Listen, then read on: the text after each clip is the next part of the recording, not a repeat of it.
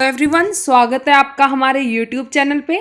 तो आज हम डिस्कस करने जा रहे हैं समन्स टू द विटनेस। मतलब कि हमने किसी विटनेस को अपने केस के लिए, अपने सूट के लिए, अपनी तरफ से गवाही देने के लिए बुलाना है। तो हम क्या प्रोसीजर फॉलो करें, क्या रूल्स हैं, वो सारे डिस्कस किए गए हैं ऑर्डर 18 में। अगर आप हमारे चैनल पे न्यू हैं तो please subscribe, comment, share and like my videos, तो जो हमें भी मोटिवेशन मिलती रहे। So let's start.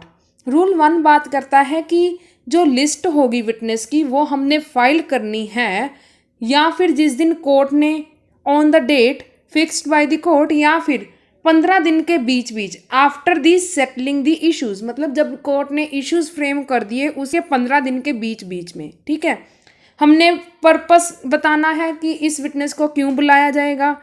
फिर अगर पर्सन का नाम विटनेस की लिस्ट में नहीं है पर फिर भी हम उसकी अटेंडेंस लवाना चाहते हैं, उसकी गवाही दिलवाना चाहते हैं कोर्ट में, तो हमें परमिशन लेनी होगी सबसे पहले कोर्ट की, अंडर रूल 1A। ठीक है, लिस्ट फाइल करनी होगी to the officer of the court within 5 days after preparing the list. ठीक है, 5 दिन लिस्ट बनाने के बाद हमने लिस्ट फाइल करनी होगी ऑफिसर ऑफ द कोर्ट, ताकि कि वो आगे की कार्रवाई को शुरू कर सके। रूल 2 बात करता है कि अगर एक्सपेंसेस जो हैं वो हमने पे करने होंगे कोर्ट को before the 7 days of the filing of the list. ठीक है, एक्सपेंसेस जो हैं वो किसके लिए हो सकते हैं, विटनेस के लिए या फिर एक्सपर्ट्स के लिए। एक्सपर्ट्स को जो होंगे उन्हें रेम्युनरेशन के लिए, उनकी एक्सपर्ट सर्विसेज के लिए और उनके एविडेंस के लिए जो उन्होंने पेश किए हैं। और जो विटनेस के एक्सपेंसेस होंगे for the attendance in the court और उसके आने जाने का खर्चा। मतलब कि अगर आप किसी के केस में एज गवाह जाते हैं गवाही देने, तो आपको खर्चा ज़रूर मिलेगा, आपके ट्रैवलिंग एक्सपेंसेस का भी और आपकी कोर्ट में अटेंडेंस का भी। ठीक है, अगर जो कोर्ट है वो सबॉर्डिनेट है टू दी हाई कोर्ट, मतलब कि सिविल जजेस वगैरह की कोर्ट है, तो ये सारा प्रोसेस जो है हाई कोर्ट डिसाइड करेगी अपनी सबॉर्डिनेट कोर्ट के लिए। ठीक है, if summons directly given by the party, जब पर्सन जो है अपने आप ही इन पर्सन समन्स देने जाता है किसी भी विटनेस को, तो फिर एक्सपेंसेस जो हैं वो फाइल नहीं होंगे कोर्ट में। ठीक है, वो डायरेक्ट ही दे देगा उसे। सो आगे हम डिस्कस करने जा रहे हैं रूल 3, जो बात करता है कि जो एक्सपेंसेस हैं डिलीवरी ऑफ द सम्मन, कोर्ट के द्वारा जो है डिलीवर किए जा रहे हैं सम्मन टू द विटनेस, वो हमने कोर्ट में जमा कराने ही कराने हैं। ठीक है, अगर कोई भी डिफॉल्ट होता है, अगर हमने वो पैसे जमा नहीं कराए, तो क्या होगा, अटैच कर ली जाएगी immovable property. Immovable property word use है, मूवेबल प्रॉपर्टी नहीं। या फिर जिस विटनेस को हमने बुलाया है उसकी अटेंडेंस को डिस्पेंस ऑफ, मतलब मना कर दिया जाएगा कि वो एविडेंस, चाहे वो उसने एविडेंस नहीं भी दिया तो, या फिर कोर्ट के पास ऑप्शन है वो दोनों ही चीज़ों को इम्प्लीमेंट कर दे।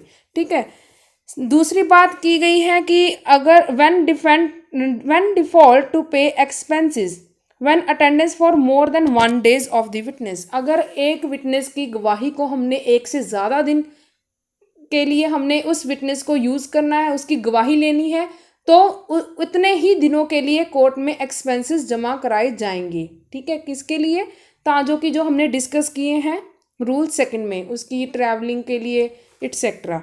ठीक है, सेम प्रोसेस होगा वो जो हमने डिस्कस किया है। रूल 5 बताता है कि जब हमने सम्मन्स भेजने हैं टू दी विटनेस, उसमें हमने लिखना है डेट और किस दिन आना है उसने कोर्ट में, टाइम, प्लेस, पर्पस क्या है उसके आने का। ठीक है, अगर उसने कोई डॉक्यूमेंट प्रोड्यूस करना हो तो हमने उस डॉक्यूमेंट के बारे लिखना भी है कि कौन सा डॉक्यूमेंट लेकर आए वो साथ में। अगर उसने एविडेंस प्रोड्यूस करने हो तो उसको ये सारी चीज़ें भी लिखनी ज़रूरी हैं। ठीक है, ये जो हमने डिस्कस किए हैं डेट, टाइम वगैरह। रूल 6 गाइस बहुत इंपॉर्टेंट रूल है, चाहे छोटा सा है फिर भी इम्पोर्टेंट है, इस पे लैंडमार्क जजमेंट भी आई हुई है सुप्रीम कोर्ट की। रूल 6 बात करता है कि when attendance only for the document, जब हमने किसी पर्सन को सम्मन किए हैं, किसी गवाह को सम्मन किए हैं सिर्फ और सिर्फ किसी डॉक्यूमेंट की प्रोडक्शन के लिए, तो हम उसे एज एविडेंस यूज़ नहीं कर सकते। उसकी जो एडवर्स पार्टी है वो करोबरेशन वगैरह नहीं कर सकती, या फिर कोर्ट उसे एज ए विटनेस नहीं मानेगा। कोर्ट को क्या मतलब है, सिर्फ और सिर्फ उस डॉक्यूमेंट से जिसके लिए उसे बुलाया गया था। और कोर्ट जो है उसकी अटेंडेंस जो है डिस्पेंस ऑफ भी कर सकता है अगर डॉक्यूमेंट किसी और पर्सन के द्वारा वही डॉक्यूमेंट कोर्ट में आ जाए। ठीक है, जैसे कि आपको कोर्ट ने कहा, आपको कोर्ट ने कहा कि कोई डॉक्यूमेंट, पर्टिकुलर डॉक्यूमेंट कोर्ट में पेश किया जाए, पर उसी दिन आपको कोई ज़रूरी काम पड़ गया और आपने किसी और पर्सन को खुद के बिहाफ पे भेज दिया कोर्ट में कि वो डॉक्यूमेंट सबमिट करा दे। कोर्ट को इससे कोई मतलब नहीं कि आप पर्सनली आए हो या किसी और को भेजा है। ठीक है, आपने वो डॉक्यूमेंट कोर्ट में पहुंचाया, वही बात सफिशेंट है। इसकी जो जजमेंट है चेखा कृष्णा प्रसाद वर्सेस कोठा अप्पा राव, हम डिस्कस करेंगे अगली वीडियो में। उसका लिंक आपको आपकी स्क्रीन पे दिख रहा होगा, क्लिक करें उस लिंक को। अब हम बात करने जा रहे हैं रूल 10 की। जब हमने विटनेस को सम्मन्स किए थे पर फिर भी वो विटनेस नहीं आया कोर्ट में, ठीक है, तो क्या होगा, एग्जामिन करेगी court to the serving officer जिसने सम्मन्स दिए थे। ठीक है, चाहे उसने पार्टी को सम्मन दिए थे या फिर उसके एजेंट को, या फिर सर्विंग ऑफिसर के लिए कुछ क्राइटेरिया बताया गया है कि कैसे उसकी एग्जामिनेशन होगी। अगर तो देखो भाई, सर्विंग ऑफिसर ने सर्टिफिकेट लिया है उससे, मतलब कि सर्टिफिकेट पेश किया है कोर्ट में, उसकी बैक पे सम्मन्स पे साइन भी कराए हैं, तो उसके लिए अलग प्रोसीजर है। अगर उसने कुछ भी नहीं किया, ओरली कोर्ट में आकर कह दिया कि हाँ हमने सम्मन दिए थे, उसके लिए अलग प्रोसीजर है। हम डिस्कस करने जा रहे हैं पॉइंट ए से। Court shell examine serving officer on oath, oath पे उसकी एग्जामिनेशन होगी अगर उसने certificate for the delivery court में जमा नहीं कराया और साथ ही साथ एफिडेविट भी जमा नहीं कराया। अब यहाँ पे एफिडेविट वर्ड क्यों यूज हुआ है, सिविल केसेस में जितने भी एविडेंस दिए जाते हैं, जितनी भी बातें कही जाती हैं अपनी, वो थ्रू द एफिडेविट ही होती है। ठीक है, ये कोर्ट यहाँ पर वर्ड यूज हुआ है शैल। अगर उसने कोई सर्टिफिकेट फॉर डिलीवरी नहीं जमा कराया या फिर एफिडेविट नहीं जमा कराया तो कोर्ट उसे करेगा ही एग्जामिन। अगर उसने जमा करा दिया है, if he have the certificate, तो कोर्ट की मर्जी है एग्जामिन करे या ना करे, डिस्क्रिशनरी पावर। ठीक है, सेकंड बात की गई है, इफ़ अटेंडेंस और प्रोडक्शन इज नेसेसरी, पर पर्सन तो आया नहीं, तो क्या होगा, प्रोक्लामेशन इशू होगी। और note exception the amount under rule second, rule 12 में अमाउंट दी गई है जो हम आगे जाके पढ़ेंगे, वो है फाइन एज 500 रुपया। ठीक है, तो इशू होंगे उसके वारंट ऑफ अरेस्ट, चाहे वो बेलेबल हो चाहे नॉन बेलेबल हो, ऑर्डर ऑफ अटैचमेंट दिया जाएगा। एंड रूल 11 बात करता है कि अगर पर्सन आ गया और उसने कोर्ट को सेटिस्फाई कर दिया कि हाँ उसके पास एक वैलिड रीजन था for the non appearance as a witness, court क्या करेगा, विदड्रॉ कर लेगा प्रोक्लामेशन और अटैचमेंट। रूल 12 जो है वो बहुत ही इंपॉर्टेंट है, ध्यान से सुनना गाइस।